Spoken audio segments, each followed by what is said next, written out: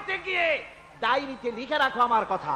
থামুন, বাড়িতে গিয়ে ডায়েরিতে লিখে রাখুন, ডায়েরিতে লিখে রাখো। যদি তুমি কাউকে হত্যা করে তার বউকে যদি বিধবা বানায় থাকো, তোমার বউ বিধবা হবেই, কোনো সন্দেহ নাই। তুমি যদি কারো ছেলেকে এতিম বানায় থাকো, তোমার ছেলেকে আল্লাহ এতিম বানায় রাস্তায় ভিক্ষা করায় ছাড়বেন। তুমি যদি কারো বাপকে মাকে কাঁদায় থাকো, আল্লাহ রাব্বুল আলামিন তোমার মা বাপকে কাঁদাবেন। তুমি যদি বেয়নটের খোঁচা দিয়া, ড্যাগারের খোঁচা দিয়া একটা মানুষকে যদি বুক ফেড়ে থাকো, তোমার বুকটা ঝাঁঝরা করে দেওয়ার মতো অস্ত্র আল্লাহ তৈরি করে রেখেছে। বিশ্বাস করো, বিশ্বাস করো। অননুমোদিত অস্ত্র থানায় জমা দিয়ে দাও, মসজিদে ঢোকো, নামাজ পড়ো, চরিত্রবান হয়ে যাও। তোমাদের প্রতি আমার উদাত্ত দাওয়াত, আমার বুক ভরা দরদ। তোমাদের বিরুদ্ধে আমাদের কোনো বিদ্বেষ নাই, হিংসা নাই, আছে কলিজা বড় দরদ। দেখতে পাচ্ছি জাহান্নামের দিকে যাচ্ছ। এ পথটা কোন দিকের পথ? জোরে বলেন, কোথার পথ? ওই নেতাদের পিছনে আর চলো না, তওবা করো। ওই নেতাদের পিছনে আর যাবে না যারা তোমাদেরকে টাকা দেয় আর অস্ত্র দেয়, যারা তোমাদেরকে মদ দেয় আর নারী দেয়, ওদের পেছনে আর চলবে না। ওয়াদা করো। যুবকরা কি পারবে ওয়াদা করতে? ওই সব নেতাদের পিছনে জীবনে আর যাবে না। ওয়াদা করতে পারো? হাত উঁচু করে দেখাও যুবকেরা।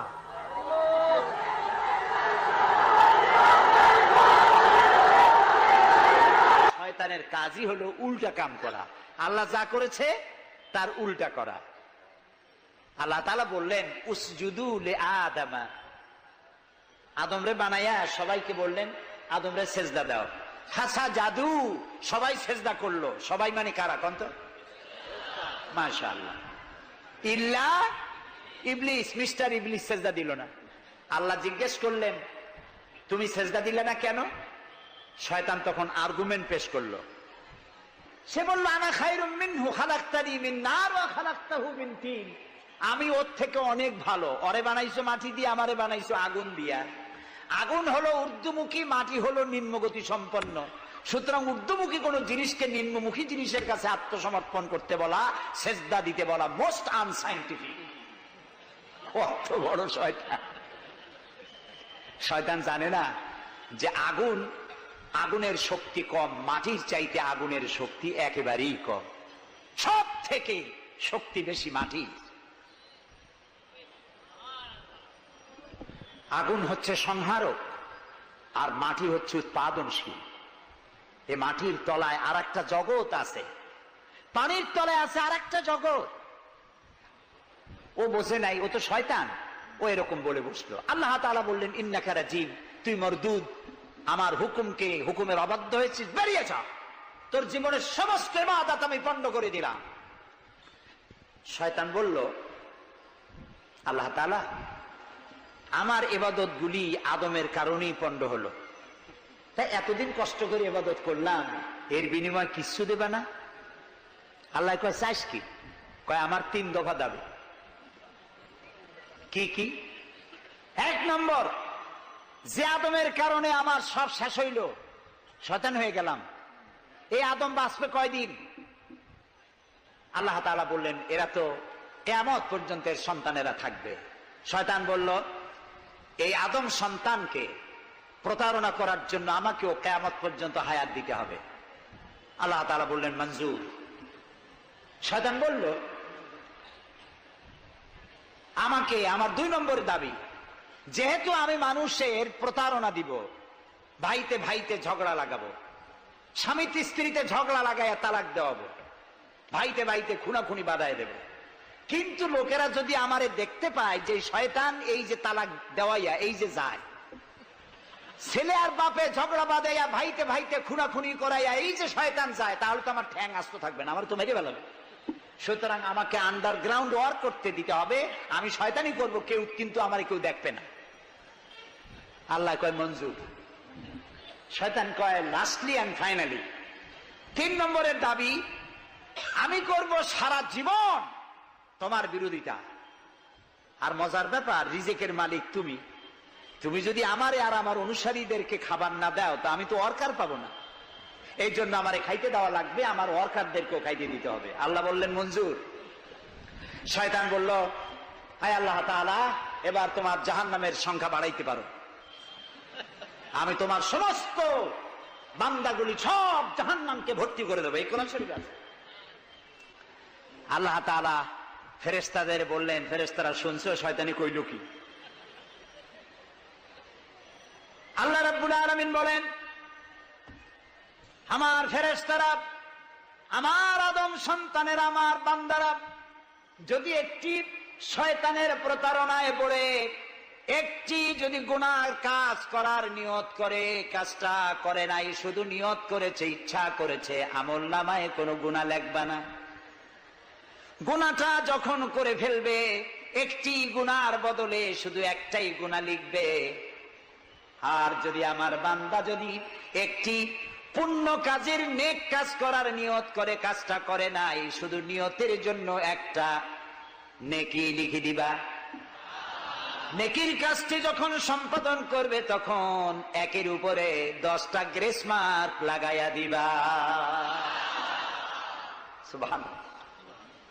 আমি এইভাবে করে আমার বান্দাদেরকে মাফ করে দেব। সুবহানাল্লাহ।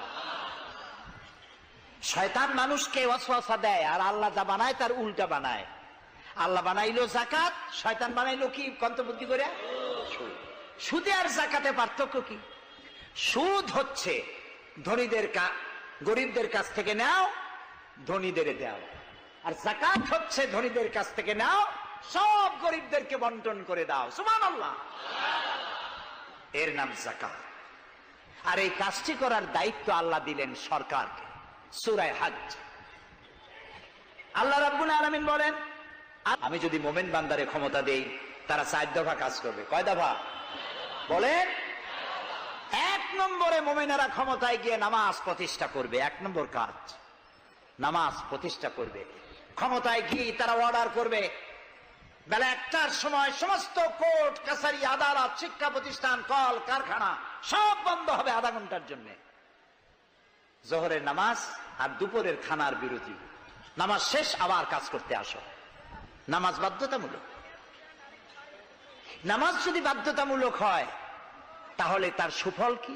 তার সুফল হলো, এসপি যদি বাধ্যতামূলক ভাবে নামাজ হয়, আর এসপি যদি মসজিদের ইমামতি করে দারোগাদের নিয়ে, অফিসারদের নিয়ে, দারোগা যদি, ওসি যদি থানায় পুলিশদের নিয়ে তার ইমামতিতে নামাজ হয়, এমপি যদি তার এলাকার অফিসার দিয়ে নিয়ে ইমামতি করে নামাজে, মন্ত্রী যদি তার এলাকার লোক নিয়ে, অফিসারদের নিয়ে সচিবালয় ইমামতি করে, এই মন্ত্রী, এই এমপি, এই ওসি, এই এসপি এদেরকে পিটাইয়া ঘুষ খাওয়ান যাবে?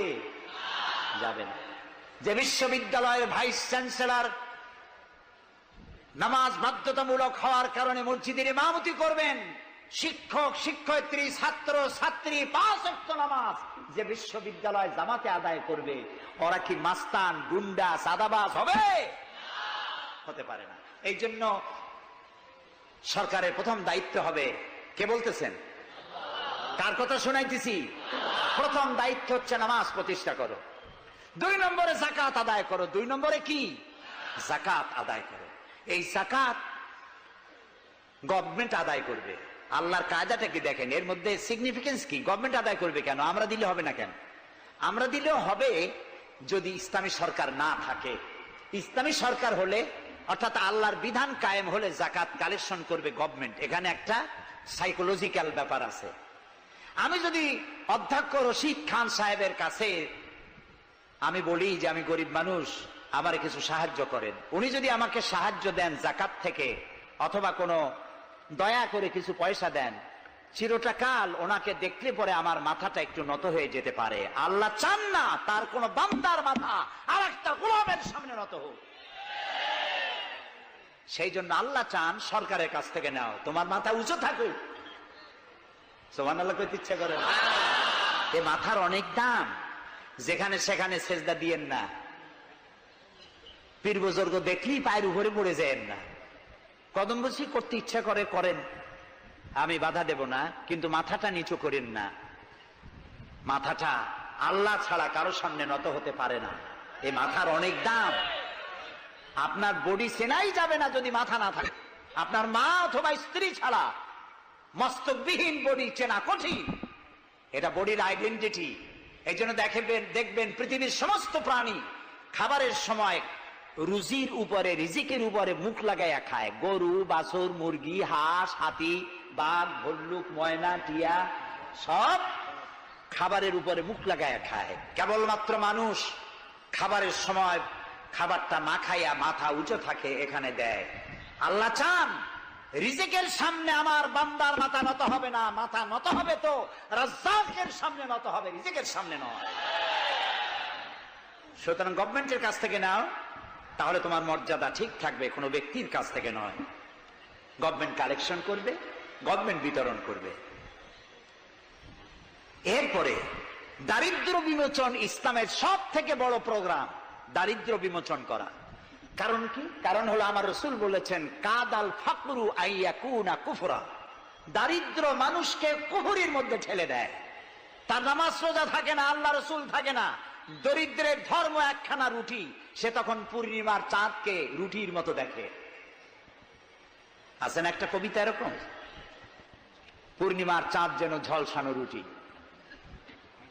তখন তার ধর্ম হয়ে যায় এটা। এই জন্য রাসূলুল্লাহ বলেছেন, কাদাল ফাকরু আইয়াকুনা কুফরা। রাসূলুল্লাহর একটা ব্যাংক ছিল, সেই ব্যাংকের নাম ছিল বাইতুল মাল।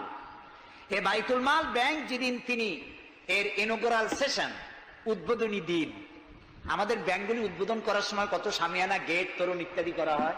রাসূলুল্লাহর ব্যাংক উদ্বোধন করা হলো মসজিদে নববীর ভিতরে। খেজুর গাছের খুঁটি আর খেজুর গাছ, উটের পশম, খেজুর গাছের পাতার মাটি, এই দিয়া ছাদ। উপরে যদি বৃষ্টি হয় আধা ঘন্টা, নিচে বৃষ্টি পড়ে 1.5 ঘন্টা, পাতার ট্যাপট্যাপানি। এরকম একটা মসজিদের ভেতরে বসে রাসূলুল্লাহ ব্যাংক উদ্বোধন করলেন আর বললেন, বুখারীর হাদিস, মান তারাকা দায়নান আও দিয়ান ফাআলাইয়া। আমার রাষ্ট্রের ভিতরে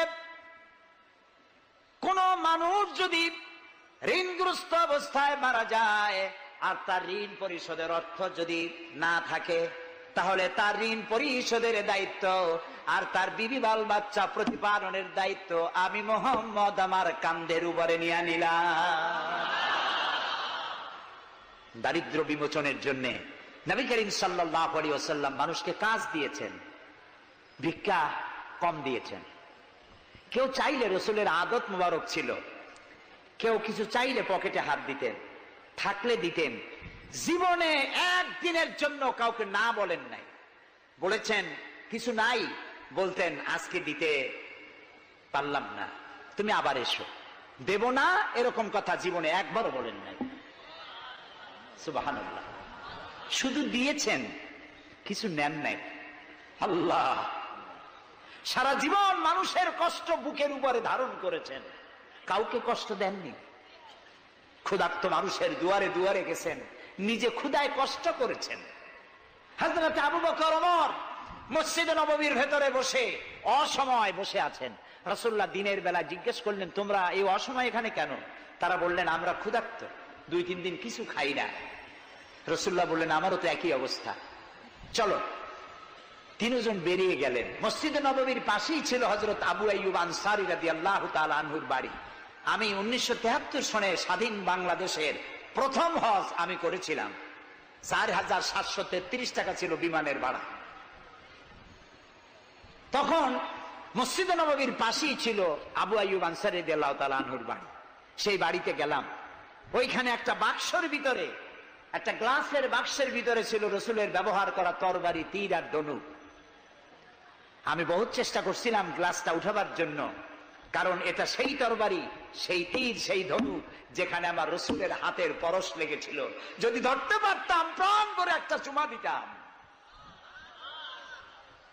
এই বাড়িতে গিয়ে রাসূলুল্লাহ উপস্থিত হলেন। আবু আইয়ুব আনসারী, 3 জন মেহমান, এর থেকে শ্রেষ্ঠ মেহমান আছে?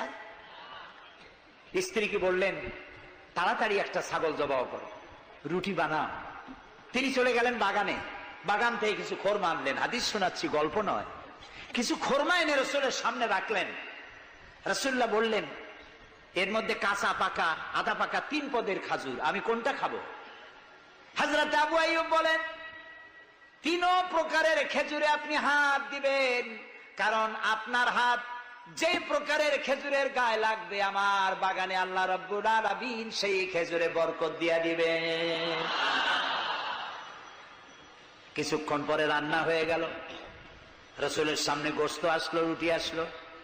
আল্লাহর নবী খাবারের শুরুতে দুই একটা রুটি আর দুই তিনটা গোশত টুকরা রুটি দিয়া পেঁচায়া হযরতে আবু আইয়ুব আনসারীর হাতে দিয়া দিলেন। বললেন, আবু আইয়ুব, এই রুটি আর গোশত টুকরা নিয়ে যাও, আমার কলিজার টুকরা মা ফাতেমা গত 3 দিন হলো কিছু খায় নাই। দুনিয়ার মানুষের খাবার পৌঁছায়ছেন, নিজে না খেয়ে থেকেছেন। হযরত আয়েশা বলেছেন, একদিন 2 দিন না, মাসের পর মাস রাসূলুল্লাহর স্ত্রীদের ঘরে চুলায় আগুন জ্বলে নাই। হযরত ওমর রাদিয়াল্লাহু তাআলা আনহু রাসূলুল্লাহর ঘরে প্রবেশ করেছেন। এখনো ঘরটা আছে, মসজিদে নববীর কোনায় ছোট্ট ঘরটা, বিশ্বনবীর ঘর। তিনি ঘরের মধ্যে প্রবেশ করে দেখেন রাসূলুল্লাহ শুয়ে আছেন। তারপরে হযরত আবু বকর সালাম করলেন, রাসূলুল্লাহ উঠে বসলেন। হযরতে ওমর রাদিয়াল্লাহু তাআলা আনহু বাচ্চা শিশুর মতো ডুকরে কেঁদে উঠলেন। নবীজি জিজ্ঞেস করলেন, ওমর কাঁদো কেন? হযরত ওমর বলছেন, ইয়া রাসূলুল্লাহ, আমি বিশ্বনবীর ঘর দেখতেছি, ছোট্ট একটি ঘর, এক কোনায় পানি শূন্য সরাহি কাত হয়ে পড়ে আছে, এক পাশে একটা গ্লাস, আর আপনি যে বিছানায় শোয়া, চাদর নাই, বালিশ নাই, দড়ি দিয়ে বুনানো খাটিয়ার উপরে শুয়েছিলেন, হাতের তলায়, মাথার তলায় হাত দিয়ে আপনার জান্নাতি শরীর মোবারকের পিঠের উপরে দড়ির দাগ আমি সহ্য করতে পারছি না, ইয়া রাসূলুল্লাহ। কাফেরেরা পৃথিবীতে এত শান্তি করলো, আর আল্লাহ রাসূলের গায়ে দড়ির দাগ, আপনি আমাকে অনুমতি দেন, আমি একটা তোষক আপনাকে বানায় এনে দেই। রাসূলুল্লাহ বললেন, ওমর, আমি যদি হুকুম করি, এই যে ওহদ পাহাড়টা আমার জন্য সোনায় পরিণত হয়ে যাবে। আমি পৃথিবীতে শান্তি করতে আসি নাই, এসেছি মানবতার মুক্তির জন্য, কল্যাণের জন্য।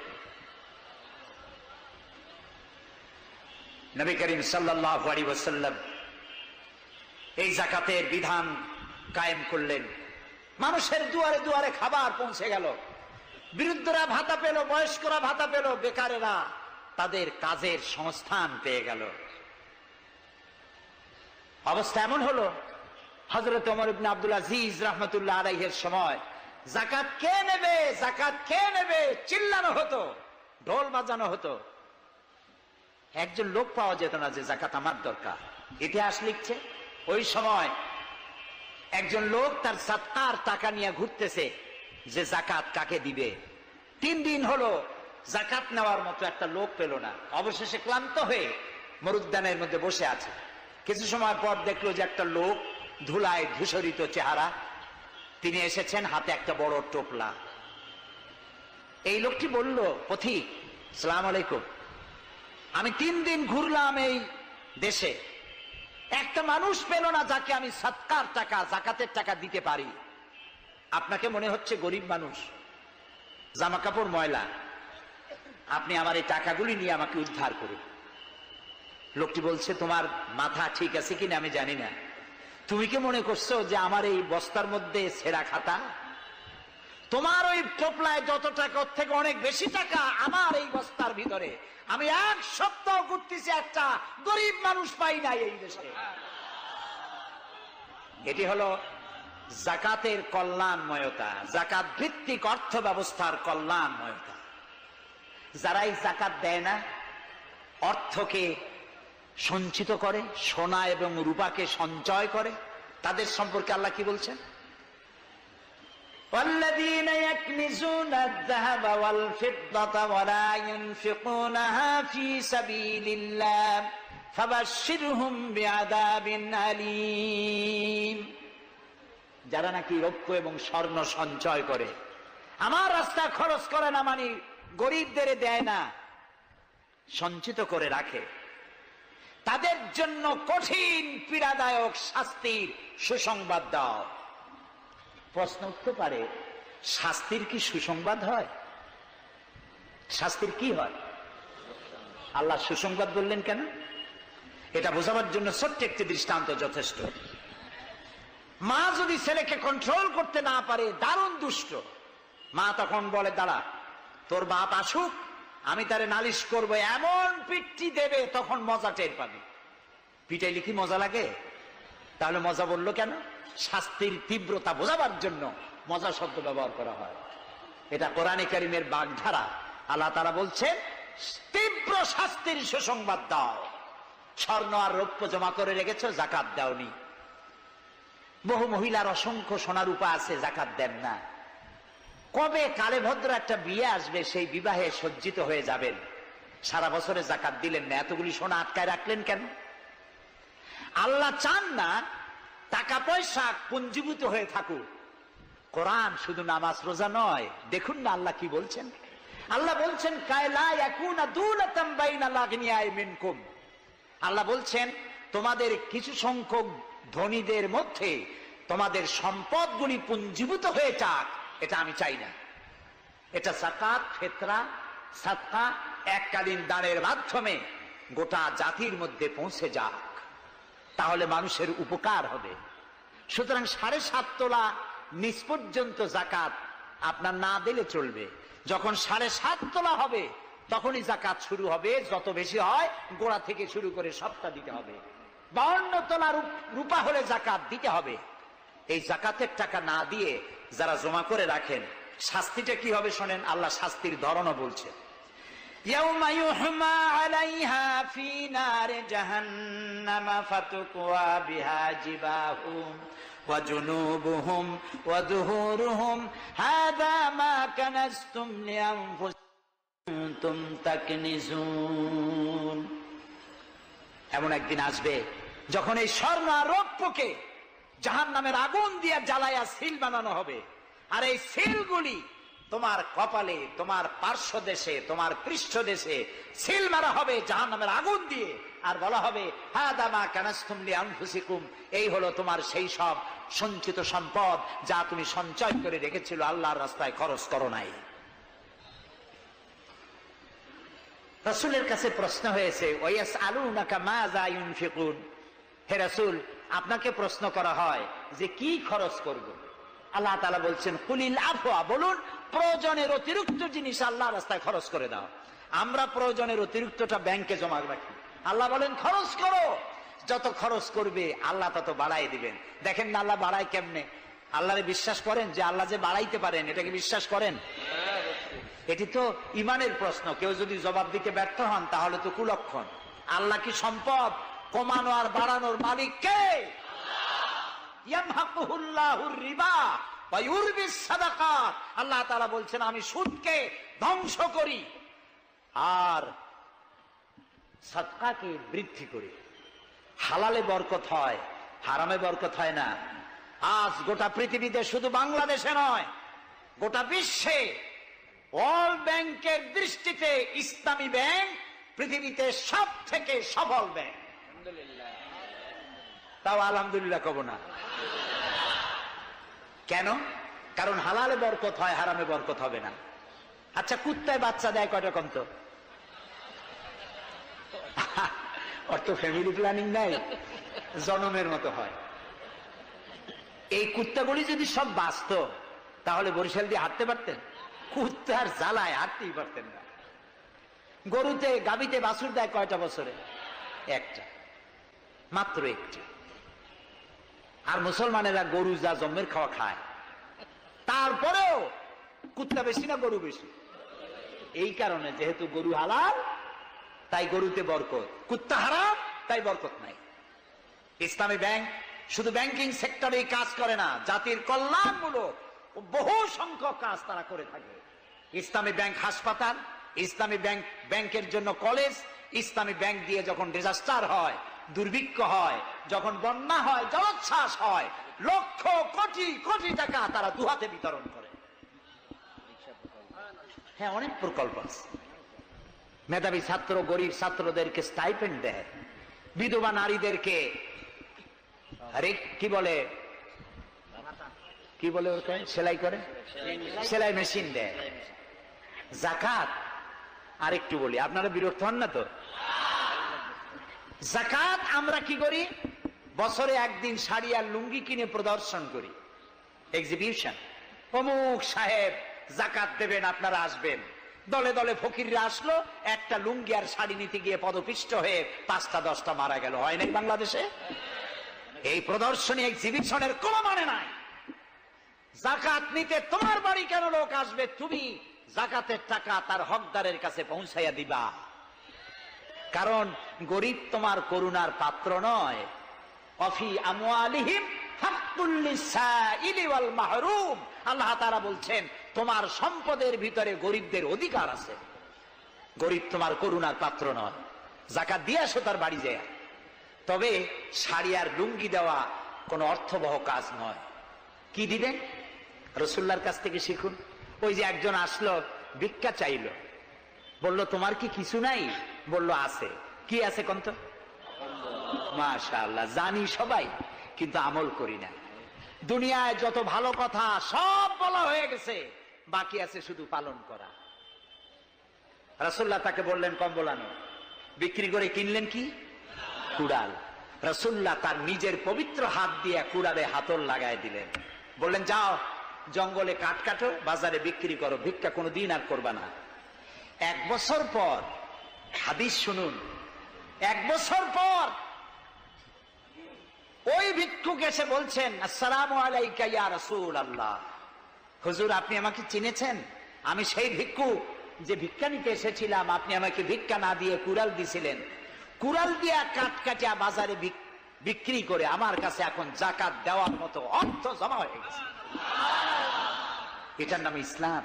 শুধু নামাজ রোজা জিকির আজগারের জন্য শুধু নয়, নামাজ রোজা জিকির আজগার তো করব, কিন্তু আমার মানুষকে দারিদ্র বিমোচন করতে হবে।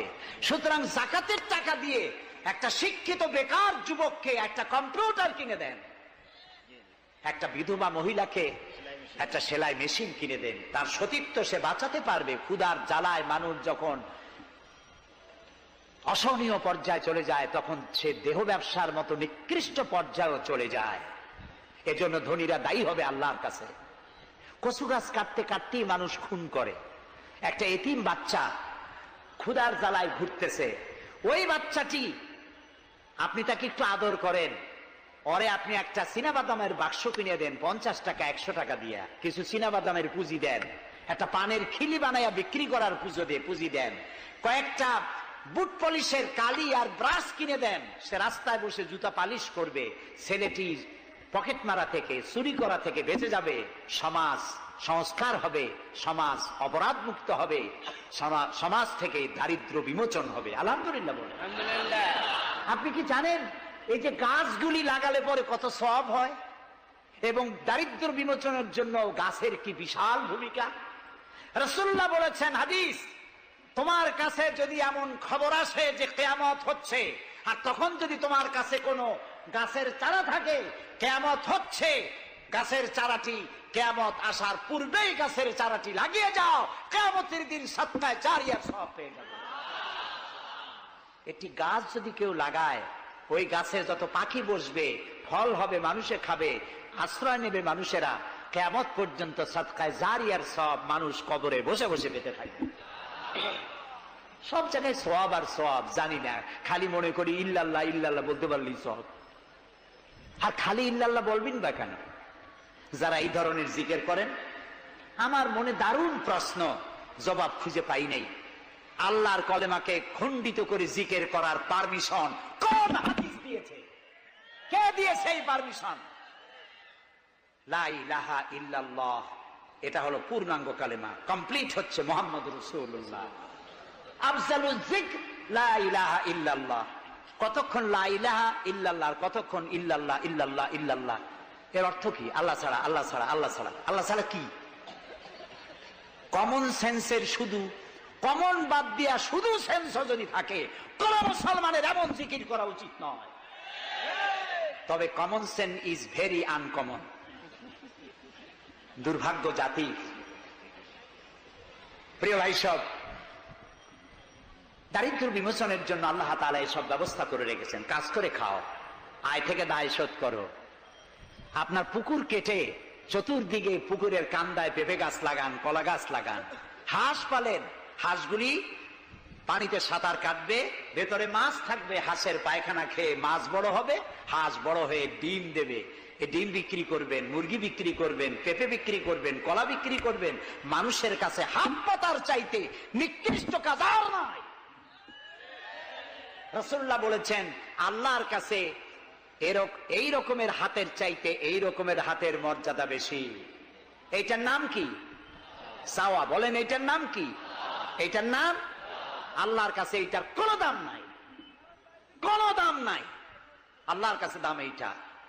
এই জন্য যারা শ্রমিকদের সম্পর্কে আমার রাসূল বলেছেন আল কাসিব হাবিবুল্লাহ, যারা সহজে উপার্জন করে খায় ওরা আল্লাহর বন্ধু। আপনারা শ্রমিক না, সেই জন্য সুবহানাল্লাহ কইতে পারলেন না। আলহামদুলিল্লাহ বলেন। রাসূলুল্লাহর হাদিস শোনাচ্ছি, আমি গাজী কালু চম্পাবতীর পুঁথি শোনাচ্ছি না। আল কাসিব হাবিবুল্লাহ, যে ব্যক্তি সহজে উপার্জন করে খায় সে আল্লাহর বন্ধু। এখন যদি কোন রিকশাওয়ালা, কুলি মজুর, ঠেলাওয়ালা যদি মনে করে আল্লাহর বন্ধু যখন হইছি নামাজ রোজা দিয়ে আর করবো কি, এটি কিন্তু ঠিক নয়। আল্লাহর বন্ধু হওয়ার জন্য নামাজ রোজা অত্যন্ত জরুরি। আর আপনি যে কষ্ট করে খাচ্ছেন, আপনার পয়সা হালাল। যে ব্যক্তি রিকশা চালায়, 2.5 মনে বস্তা মাথায় করে স্টিমারে উঠায়, ওর চাইতে হালাল পয়সা কারো নাই। মাথার ঘাম পায়ে ফেলে উপার্জন করছে। আপনি জানেন না যে দালানে যারা আছে খুব শান্তিতে নাই। বাইরের থেকে দেখে ভেতরের অবস্থাটা বোঝা যায় না। গুলশান, বনানী, আভিজাত্যপূর্ণ এলাকার বিশাল বিশাল বাড়ি দেখে আপনার চোখ ধাঁধা লেগে যেতে পারে, খুব শান্তির নিলয়। না, শান্তি নাই। বাড়ির মালিক, বহু টাকার মালিক, রাত্রির বেলায় ঘুম হয় না। কোন ফাঁক দিয়া জানলার পাশ দিয়া গুলি এসে বুক ঝাঁঝরা করে দেয়, ঘুম নাই। জনমের মতো অসুখ হইছে, প্রত্যেক দিন সোনার চাউল দিয়ে ভাত খাইতে পারে, কিন্তু ডাক্তার তার রুজি কন্ট্রোল করে দিয়েছে। পাঙ্গাসের পেটি, খাসির চর্বি খাইতে পারবেন না, ভাত কম খাবেন। সকাল বেলায় ডিমের পুষ, দুপুর বেলায় 1 স্লাইস টুস, সন্ধ্যা বেলায় ফলের জুস, খাওয়া শেষ। বউ তো কথা শোনে না। হাজারো কাজ করে ঘরমুক্ত হয়ে স্বামী ফিরেছে, বিবি সাহেবা, বেগম সাহেবা পেখম ধরে হাতে ভ্যানিটি ব্যাগ নিয়ে স্বামীর সামনে থেকে হন হন করে যাচ্ছে। স্বামী বেচারা কষ্ট করে এসে জিজ্ঞেস করছে, তুমি কই যাও? বলছে, আই এম ভেরি বিজি। ছেলে হয়েছে কয়টা? সব গুন্ডা, মাস্তান। মাথায় এত বড় চুল, হাতে এত বড় নখ। মেয়েগুলি বয়ফ্রেন্ড নিয়ে কোথায় চলে গেছে। বেটা বাড়ির কাজের লোক, কাজের মেয়েদের হাতের দেওয়া খানা খাইলো, আদর পাইল না, যত্ন পাইল না, সম্মান পাইল না। খাইয়ে নিজে নিজে শুয়ে আছে, এতগুলা ঘুমের ট্যাবলেট খাইছে, ঘুম আসে না। কিন্তু তুমি মেয়ে রিকশাওয়ালা, ঠেলাওয়ালা, কুলি মজুর, সারাদিন কাজ করে পোলার চাউল কিনতে পারো নাই, মোটা চাউল কিনেছো, খেসারির ডাল কিনেছো। এটু কিনে বাড়িতে বউ রান্না করেছে। আমি চোখে দেখা কথা বলি, আল্লাহ তাআলা এই বয়সে কম দেখান নাই। কমলাপুর রেল স্টেশনের বস্তি দেখেছি, অনেক বস্তি এলাকায় গিয়েছি। স্বামী বসে খাচ্ছে, ঘরমাক্ত রিক্সা চালায় আসছে, 2.5 মনে বস্তা টানে আনছে। স্ত্রী খাবার তুলে দিচ্ছে, আরেকটু খাও, খুব কষ্ট করেছো, আরেকটু খাও। ওর ঘরে ফ্যান নাই, কাপড়ের আঁচল দিয়ে স্বামীর কপাল মুছে দিচ্ছে, আরেকটু খাও, এত কষ্ট করো তুমি। ওর ঘরে ফোমের বিছানা নাই, চটের মতো শক্ত বিছানা, বালিশ নাই, ইটের মতো শক্ত, চাপ কাপড়ের একটু কভার দাও। এরকম একটা বালিশের উপরে সারাদিনের শ্রান্তি আর ক্লান্তি নিয়ে আর ঘুমায় গেছে। কোন ওষুধ খাওয়া লাগে না, এমন ঘুম আসছে ওর নাকের গর্জনে ট্রাকের ইঞ্জিন ফেল। শান্তি কি বড় লোক হলে হয়? শান্তি দেওয়ার মালিক আল্লাহ। শান্তি দেওয়ার মালিক কে? আল্লাহ তাআলা। এই জন্যে এই শান্তি আসবে যদি সঠিকভাবে, সুষ্ঠুভাবে আল্লাহ পাকের দেওয়া এই বিধানগুলি আমরা যদি সমাজে কায়েম করতে পারি, তাহলে এটি সম্ভব। আমার দেশে এখন যদি জাকাতের টাকা কালেকশন করা হয়, তাহলে আমরা একটা হিসাব করেছি। আমি একটা ব্যাংকের সাথে জড়িত আছি, আপনারা জানেন বোধহয়, ইসলামী ব্যাংক। এর জন্ম লগ্ন থেকে আমি আছি এর সাথে। সেই হিসেবে আমরা একটা জরিপ চালাইছি। বাংলাদেশে যদি এখন জাকাত যদি গভর্নমেন্ট কালেকশন করে, তাহলে একেবারে কম করে হলেও ৬,০০০ কোটি টাকা জাকাত কালেকশন হতে পারে। ৬,০০০ কোটি। আর অক্ষ স্টেট আছে বাংলাদেশে লক্ষ লক্ষ একর জমিন, যা বিভিন্ন মোতাল্লি তারা সিন্দাবাদের দত্তের মতো অক্ষ সম্পত্তির উপরে চেপে বসে আছে। এই অক্ষ সম্পত্তি যদি উদ্ধার করা যায়, আর জাকাত আর ওসরের টাকা যদি গভর্নমেন্ট কালেকশন করতে পারে, বাংলাদেশের দারিদ্র বিমোচনের জন্য পৃথিবীর কারো কাছ থেকে একটি টাকাও নেওয়ার দরকার নাই। এই যে ৬,০০০ কোটি টাকার শূন্যতা ভ্যাকুয়াম সৃষ্টি হলো বাংলাদেশে, এই শূন্যতা পূরণের জন্য এগিয়ে এলো এনজিওরা, এবং তারা সুদের বাণিজ্য শুরু করলো। ব্যাংক সুদ নেয় 15 or 17%, আর এনজিওরা নেয় 35 থেকে 40%। মারাত্মক সুদখোর। সমাজে কাবলিওয়ালাদের মতো সুদ চালু করে দিয়েছে। প্রিয় ভাই সব, বাংলাদেশ এটি সম্পদশালী দেশ। যারা বলে, আমি পার্লামেন্টে একবার বক্তৃতায় বলেছিলাম যে যারা বলে বাংলাদেশ গরিব, আমি তাদের সাথে একমত হতে পারি না। আমার দেশ সম্পদশালী দেশ, আলহামদুলিল্লাহ বলে। আমার দেশ, এ বাংলাদেশের আবাদযোগ্য জমির পরিমাণ 2,40,00,000 একর। আলহামদুলিল্লাহ বলবেন না? এখানে বনজ সম্পদ আছে 32,53,860 কিলোমিটার বর্গমিটার নিয়ে, বর্গমাইল জুড়ে। এখানে আল্লাহর হিকমতটা দেখেন। সুন্দরবন আমাদের থেকে দূরে না কাছে? বরিশাল, বরগুনা, বাগেরহাট, সাতক্ষীরা, এই এলাকায় সুন্দরবন কে বানাইছে? কোন গভর্নমেন্ট বানিয়েছে? কেন আর অন্য জায়গায় বানানো হলো না কেন? উত্তরবঙ্গে বানাইলো না কেন? কারণ আমাদের বঙ্গোপসাগর হলো সাইক্লোন জোন। এখান থেকেই ঘূর্ণিঝড়ের উৎপত্তি হয়, সাইক্লোন জোন। 240, 80, 300 অথবা সহস্র মাইল স্পিডে বা 500 মাইল স্পিডে ঝোড়ো হওয়া প্রবাহিত হওয়ার জন্য ঘূর্ণিঝড় প্রস্তুতি দেয়। আবহাওয়া বার্তা দিয়ে তা শোনানো হয়। উপকূলীয় এলাকায় যদি আল্লাহ তাআলা সুন্দরবন তৈরি না করতেন, তাহলে সমুদ্রের ঘূর্ণিঝড়ের প্রথম ধাক্কায় কুয়াকাটা, পটুয়াখালী, বরগুনা, সাতক্ষীরা, পিরোজপুর, বাগেরহাট, বরিশাল প্রথম ধাক্কায় উড়ে চলে যেত। আল্লাহ তাআলা কি দয়া, সুন্দরবন বানাই দিয়ে প্রোটেক্টেড করছেন। তাও আমরা সুবহানাল্লাহ বলবো না। এই সুন্দরবন রক্ষার জন্য গভর্নমেন্ট পাহারাদার লাগিয়েছে, কিন্তু পাহারাদারেরা নিজেরাই রক্ষকরা হইছে ভক্ষক, জন্মের খাওয়া খাইতেছে। আল্লাহ দেখলেন যে এরা তো এই ধরনের মানুষ খুব বেকায়দা, সেই জন্য আল্লাহ তাআলা নিজেও কিছু পাহারার ব্যবস্থা করলেন। সেই পাহারাদার কে? Royal Bengal tiger. যদি সামনে পড়েন 10 কোটি টাকা ঘুষ দেবেন, এই কথা শুনলেও আপনারা ছাড়বে না।